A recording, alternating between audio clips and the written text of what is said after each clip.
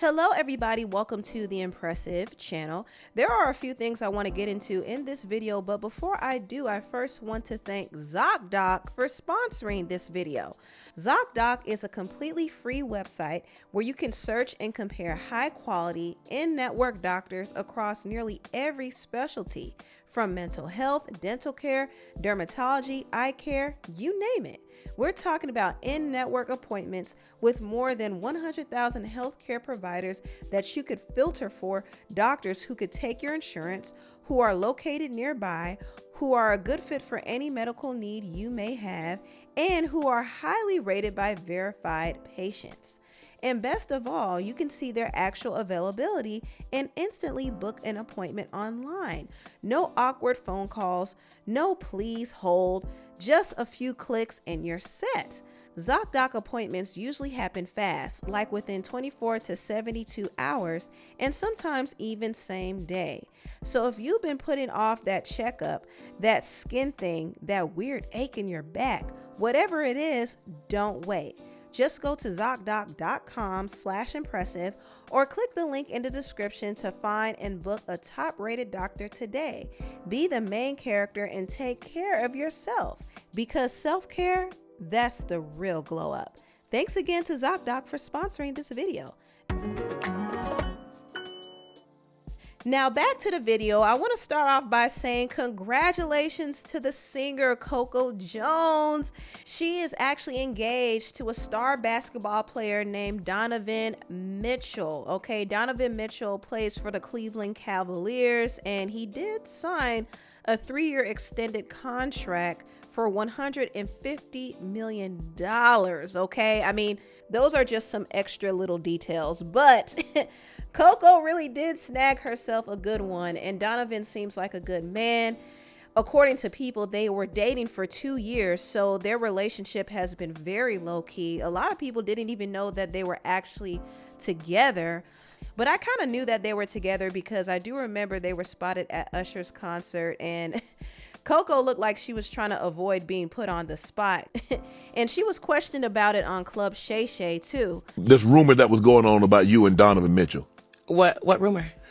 I mean, y'all showed up at the car. I mean, you said it wasn't nothing, but I think it's odd holding hands, dressed alike, going to an Usher concert. I'm just saying, it could have been innocent. You know what? I love the internet because they definitely clock my tea. I love that. You know, it's little spies everywhere. I feel like I'm in like a detective movie. But you know what? I'm happy, and I will say my music is the outlet that I use to tell most of my stories and my truth, and some things I keep for myself because this is my life too. But yeah, secrecy is not what I prefer. I don't want to ever feel like I have to be somebody's secret. I don't want to make anybody feel like they're mine. I think for me, I'm trying to protect myself, right? And I'm trying to protect, my family and whoever I love. And so yeah, I am more private. Also, I just feel like I give so much. Right. I work so hard, and I will always do my part on the business side, on the Coco side, on the singing side, on the acting side. So why do I also have to give y'all, something that is sacred to me when I give so much on that side, Yeah. I just feel like it has to be balanced. Otherwise, it's not fair. Then what do I get from me? Right. I liked Coco's response to that, and I actually like the fact that she and Donovan kept their relationship private. It's obvious that they were really dating with intention. They weren't dating to be noticed, because if they wanted to pop out together and be seen everywhere, they could easily do that, and it wouldn't be a problem. It wouldn't be. But they decided to keep things private, and the fact that they hard launched their relationship with an engagement announcement is a flex. And Donovan proposed to Coco right after she finished her sold-out tour for her album Why Not More. I heard her tour was really good, by the way. Unfortunately, I didn't get a chance to go to the shows, but I heard it was good. But either way, I'm just glad to see two Black people, positive people, come together and get married. I want to see more of that. I think it's great, and I really wish Coco and Donovan all the success. I'm really happy for them, and I thought it was so great to hear that Russell Wilson and Ciara actually helped plan this engagement for Donovan and Coco. Russell Wilson said, "Ciara and I are so happy for you two lovebirds. Thanks for allowing us to plan this with you, Spider, with West to East Lux."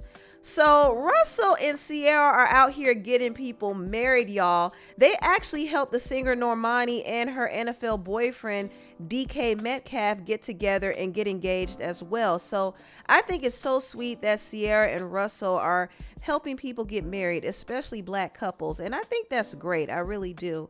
So shout out to Ciara and Russell, and also once again congratulations to Coco Jones and Donovan Mitchell. I wish them all the best. I'm super happy for them. Now I want to talk about Megan Thee Stallion going public with her new NBA boyfriend Klay Thompson. At first she was dating Torrey Craig, but she no longer is with him anymore. She moved on to Klay, and she posted some pictures on Instagram with Klay sitting in the background. And Klay himself did confirm that they were dating by posting pictures of them together. So I think this is actually a good look. Now I don't know how serious they are, and I do hope that there's no drama in this relationship. But I think it works. I think when a music artist gets together with an athlete, for some reason it just works on the surface. At least it's good publicity. So I think Megan knows what she was doing when she got Klay, and also she knew what she was doing when she posted that pool picture, because she did it for a few reasons. For one, she wanted people to obviously know that she's dating Klay Thompson. Klay is a veteran NBA player. He's successful and a higher profile athlete. So I think Megan probably saw it as a good look to be seen with him. She also might have been posting this to bring attention to her new swimwear. So this was also promotion, but also this was a distraction as well. This was a big distraction because right now Megan is going through a legal battle with her former cameraman, Emilio Garcia, and he accused her of not paying him his wages. He also accused her of subjecting him to a hostile work environment. He also claimed that she had intercourse in front of him in a moving car during one of her girl trips. And he claimed that it was uncomfortable for him to watch as a gay man. And after the incident, she allegedly harassed him and threatened him. So these were kind of some wild allegations, and Megan and her legal team did come out and claim that these allegations were false, and they tried to get this lawsuit dismissed, but the judge is allowing the case to move forward. So this is not really the best publicity for Megan right now. So it's no wonder that she popped out with Klay Thompson to kind of overshadow what's really going on behind the scenes. And also there was some more alleged tea that was spilled. In fact, Megan's friend, so-called friend, Asian Doll, who is a rapper, was spilling some alleged tea about Megan to another rapper named Cuban Doll. Now, Cuban Doll went online and started exposing Asian because they fell out once again. Cuban Doll and Asian Doll have had an on and off friendship for some years now. I don't even know why they're even friends at this point. It just makes no sense. But Cuban Doll said this, and this is all alleged, by the way, but she said Megan has never in life came on the internet and had your back, and she actually helped JT and took you off her song, mama. And you talk about everybody like a dog bee. You just was talking about Megan saying she was flying bees in, effing them, getting head, and all types of freaky stuff on her trip. Ooh-wee. This kind of makes you think about what Emilio said, doesn't it? She also said, and you said Megan don't like glow over her ex and asked for a threesome. Say I'm lying, B. Now, if this is true, this actually confirms the rumors that Megan and Glorilla actually have some tension, and some people are speculating that they may have fell out some months ago. And she did post a tweet saying that she can't stand no girl who acts lame over a man. Now, we don't know who she could have been talking about, but if what Cuban Doll said is true, it is possible that she might have been talking about Megan. Now, the question is, which man is Megan beefing with Glorilla over? Who could that be? Well, some people say it's over Megan's ex Moneybag Yo, but I don't believe that. I honestly don't believe that. And others were saying it was over Megan's ex Party. I also don't believe that either. But the whole story in itself is pretty messy, and I think Megan needed a good distraction, so this is why she popped out with Klay Thompson. Now, moving on, I want to briefly talk about this. The artist Doechii did an interview with British Vogue, and she said that there's no real superstar of this era. She said, we really don't have a superstar of this generation just yet, because there hasn't been enough time. When I look at pop culture right now, I'm just trying to figure out, okay, what does a Doechii superstar look like? What does it take to make that? I have no clue. I'm still figuring it out. I thought this was an interesting statement, and I didn't think about it, but a lot of the superstars we have today actually have been out for over 10 years, so they wouldn't be considered a Gen Z superstar per se, more like a millennial superstar. But as far as superstars of this generation, I think Billie Eilish is probably the most consistent one, because there have been artists who have had big breakthrough moments.